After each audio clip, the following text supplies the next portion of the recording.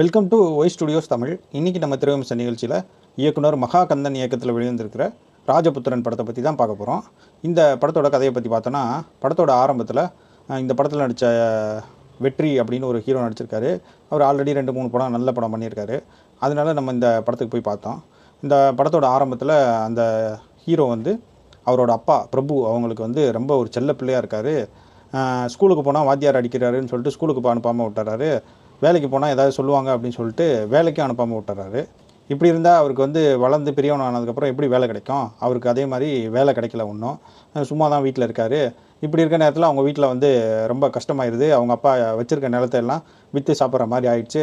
சரி, அப்பாவுக்கு நம்ம ஏதாவது சொல்லி செஞ்சு உதவணுமே அப்படின்னு சொல்லிட்டு ஹீரோ வந்து ஒரு வேலைக்கு போகிறாரு. அது என்ன வேலை அப்படின்னு பார்த்தீங்கன்னா, உண்டியல் வேலை அப்படின்னு சொல்கிறாங்க. அது என்ன உண்டியல் வேலை அப்படின்னு பார்த்தீங்கன்னா, அது வந்து ஒரு ஹவாலா பிஸ்னஸ்ஸு.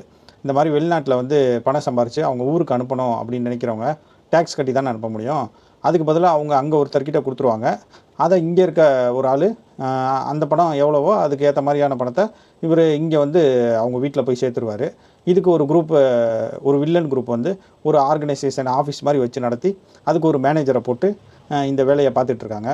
இப்போ இந்த இடத்துல வந்து போய் ஹீரோ சேர்றாரு. சேர்ந்து அவர் வந்து இதில் இருக்க இந்த வேலையில் இருக்க ஒரு ரிஸ்க் என்னென்னா, படத்தை எடுத்துகிட்டு போய் அந்த உரியவங்கள்ட்ட சேர்க்கறதுக்கு முன்னாடியே எவனாவது திருடிட்டு போயிடுவாங்க. அதையும் மீறி இவங்க பத்திரமா போய் சேர்த்தாங்களா அப்படின்றது தான் இது.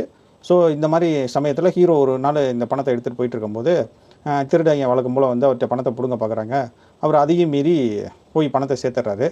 இது வந்து இந்த வில்லனுக்கு தெரிஞ்சவனே, இவன் ரொம்ப திறமக்கார பையனாக இருக்கானே அப்படின்னு சொல்லி நிறையா இந்த மாதிரி வேலைகளை கொடுக்க ஆரம்பிச்சிடறாரு.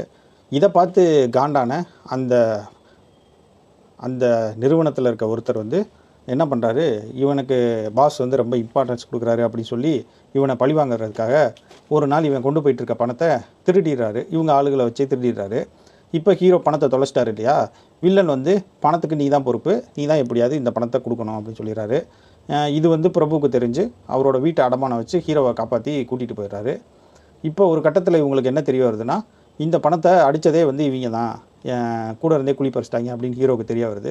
இதுக்கப்புறம் இந்த விஷயத்தை வந்து அவர் வில்லன்கிட்ட எடுத்துகிட்டு போனாரா, இல்லை இதுக்கப்புறம் என்ன நடந்துச்சு அப்படின்றது தான் இந்த படத்தோட மிச்ச கதை. இப்போ நான் சொன்ன கதை வந்து பார்த்திங்கன்னா உங்களுக்கு கேட்குறதுக்கு வேணால் ஒரு இன்ட்ரெஸ்டிங்காக இருக்கும்.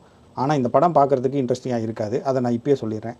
அதுக்கான காரணம் என்ன அப்படின்னு பார்த்தீங்கன்னா, இந்த படத்தோட ஒரு பெரிய பிரச்சனையே என்னன்னு கேட்டிங்கன்னா, இந்த படத்தில் இருக்க வில்லன் தான். அவரை பார்க்குறதுக்கு வில்லன் மாதிரியே இருக்க மாட்டார்.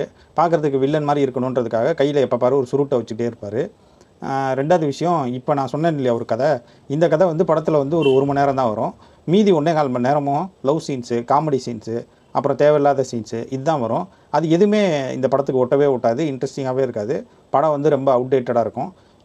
தனியாக இந்த ஸ்டோரியை மட்டும் எடுத்து ஒரு 1 மணி நேரம் படமாக இவங்க விட்டுருந்தா கூட எங்கேயோ போயிருப்பாங்க போல். இந்த பழைய இப்போ இந்த படத்தில் நடித்த ஹீரோ வந்து இதுக்கு முன்னாடி ஒரு 2-3 படம் நடிச்சிருப்பார். அதில் அப்படி தான் இருக்கும். என்ன கதையோ அதை மட்டும் தான் எடுத்திருப்பாங்க. இந்த படம் வந்து ஒரு கமர்ஷியல் படம்ன்றனால எக்ஸ்ட்ரா சேர்த்த எல்லாமே வந்து வேஸ்ட் லக்கேஜாகவே போயிடுச்சு. மித்தபடி இந்த படத்தில் நடித்த பிரபு ஹீரோ, தங்கதுரை நடிச்சிருப்பார், அப்புறம் இமான் அண்ணாச்சி நடிச்சிருப்பார், மன்சூர் அலிகான் நடிச்சிருப்பார், நிறைய பேர் நடிச்சிருப்பாங்க. ஆனால் இது எதுவுமே இந்த படத்துக்கு உதவவே இல்லை. இந்த 1 மணி நேரம் கதையை தவிர மீதி 1.25 மணி நேரம் இந்த படம் வந்து போர் தான் அடிக்கும். கொஞ்சம் அவுடேட்டடாக இருக்கும். பாடல்கள்லாம் கொஞ்சம் சுமாராக தான் இருக்கும். மேக்கிங்கும் கொஞ்சம் சுமாராக தான் இருக்கும். நீங்கள் வந்து இந்த படத்தை வந்து டிவிலேயே பார்த்துக்கோங்க. ஏன்னா இந்த படத்தை தியேட்டர்லேருந்து நேற்றே எடுத்துட்டாங்க. நன்றி.